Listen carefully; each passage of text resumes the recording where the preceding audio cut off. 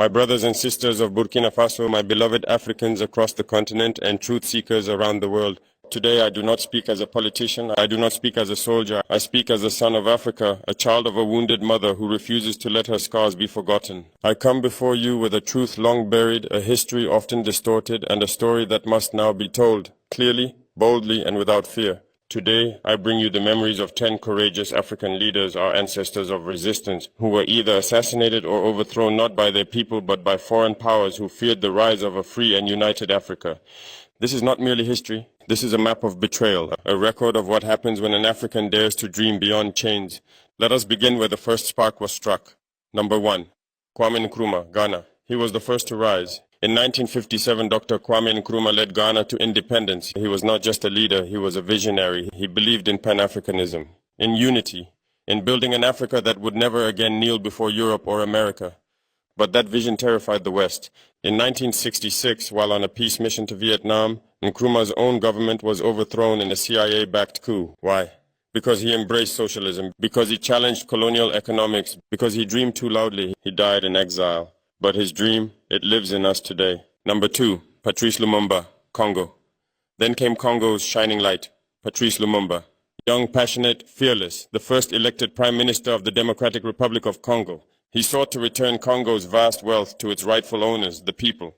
But that made him a Cold War target. In 1961, with CIA and Belgian complicity, he was captured, tortured, and murdered. His body was dissolved in acid. Only a single tooth remained. That's what they left, a tooth, thinking they erased a man.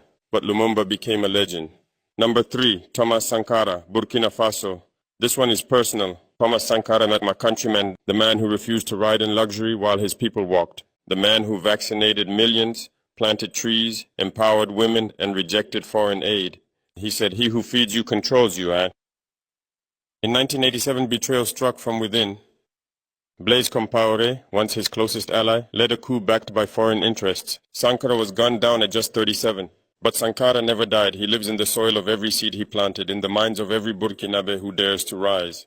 Number 4, Muammar Gaddafi, Libya. A controversial figure, yes, but a visionary nonetheless. Gaddafi ruled Libya for decades, but his ultimate dream was not domination, it was African unity. He proposed a single African currency backed by gold. He sought independence from the IMF, the World Bank, and Western manipulation. In 2011, NATO forces bombed Libya. Rebels supported by foreign powers hunted Gaddafi like an animal. He was captured, humiliated, and killed. Since then, Libya has known only chaos. Number 5, Laurent Désiré Kabila, Congo, DRC. In 1997, Laurent Kabila overthrew Mobutu and took charge of the Congo. He stood firm against foreign mining exploitation. He wanted Congo's resources to benefit its children, not corporations. In 2001, he was assassinated, shot by his own bodyguard. But behind that bullet was a foreign hand. His death opened the gates to foreign plunder.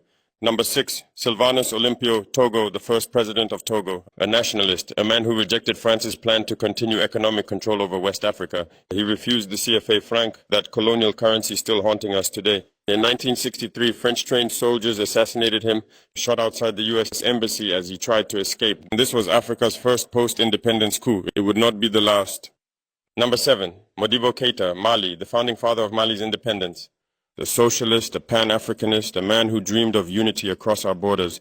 But the West doesn't like unity, only division. In 1968, he was overthrown in a military coup. He died in prison 9 years later. His only crime? Believing Mali should chart its own course. Number 8, Gamal Abdel Nasser, Egypt. He's often called an Arab leader, but Nasser was also a son